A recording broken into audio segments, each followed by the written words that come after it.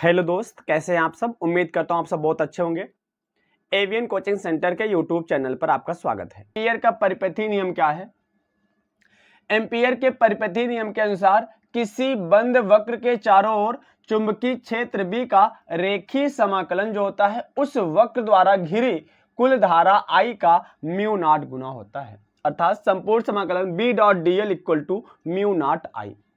अब इसी के सूत्र की स्थापना हमें करना है। तो चलिए हम मान लेते हैं एक बंद वक्र है जिसमें x y एक ऋजुरेखी धारावाही चालक है जिसमें I एम्पियर की धारा क्या होती है, प्रवाहित होती है। अब धारावाही चालक का जो मध्य बिंदु है O से r मीटर की दूरी पर एक बिंदु P है और इसी पर हमें चुंबकीय क्षेत्र की तीव्रता ज्ञात करनी है। अब देखिए O से r मीटर की दूरी पर O से r मीटर की दूरी पर चुंबकीय क्षेत्र की तीव्रता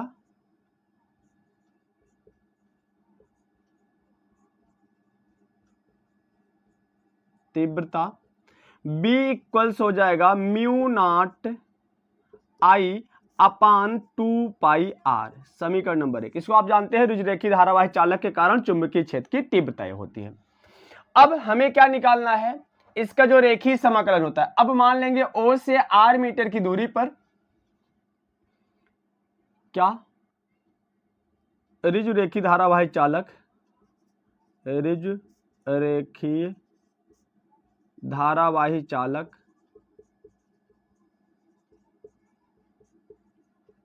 के मध्य बिंदु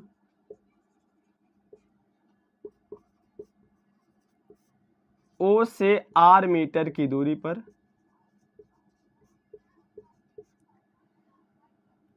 ठीक बिंदु P पर स्पर्श रेखा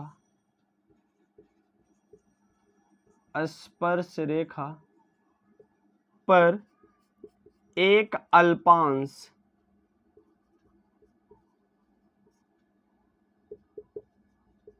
AB लेते हैं।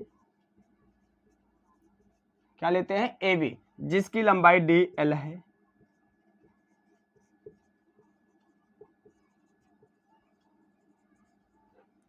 तो क्या हो जाएगा, संपूर्ण समाकलन क्या हो जाएगा, संपूर्ण समाकलन।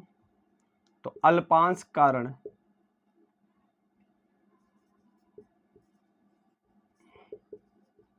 अल्पांश के कारण चुंबकीय क्षेत्र की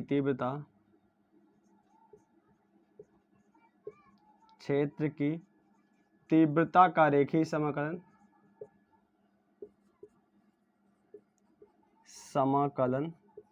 क्या हो जाएगा, यहां से देखिए तो संपूर्ण समाकलन B डॉट dl।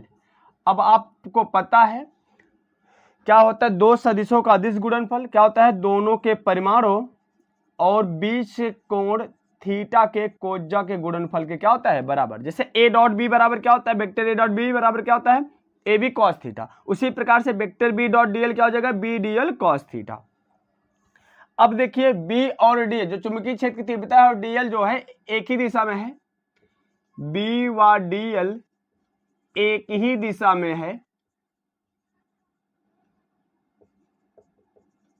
तो थीटा बराबर 0 डिग्री हो जाएगा। जब थीटा बराबर 0 तो cos 0 की वैल्यू क्या हो जाएगी, 1। तो अब जहां यहां पर क्या हो जाएगा, तो हो जाएगा संपूर्ण समाकलन B dot dl vector equals, B को बाहर कर लो, B बाहर हो जाएगा, क्या हो जाएगा, संपूर्ण समाकलन dl हो जाएगा। अब dl किसके बराबर हो जाएगा, 2 पाई r। कहने का मतलब कुल लंबाई, देखो वृत्त की कुल लंबाई क्या होती है, वृत्त की परिध होती है और वृत्त की परिध क्या होता है, 2 पाई r। तो यहां से क्या हो जाएगा, संपूर्ण समाकलन B dot dl vector equals B into 2 पाई r। इसको मान लो इक्वेशन नंबर 2। अब समीकरण 1 से B का मान समीकरण 2 में रख दो। समीकरण 1 से B का मान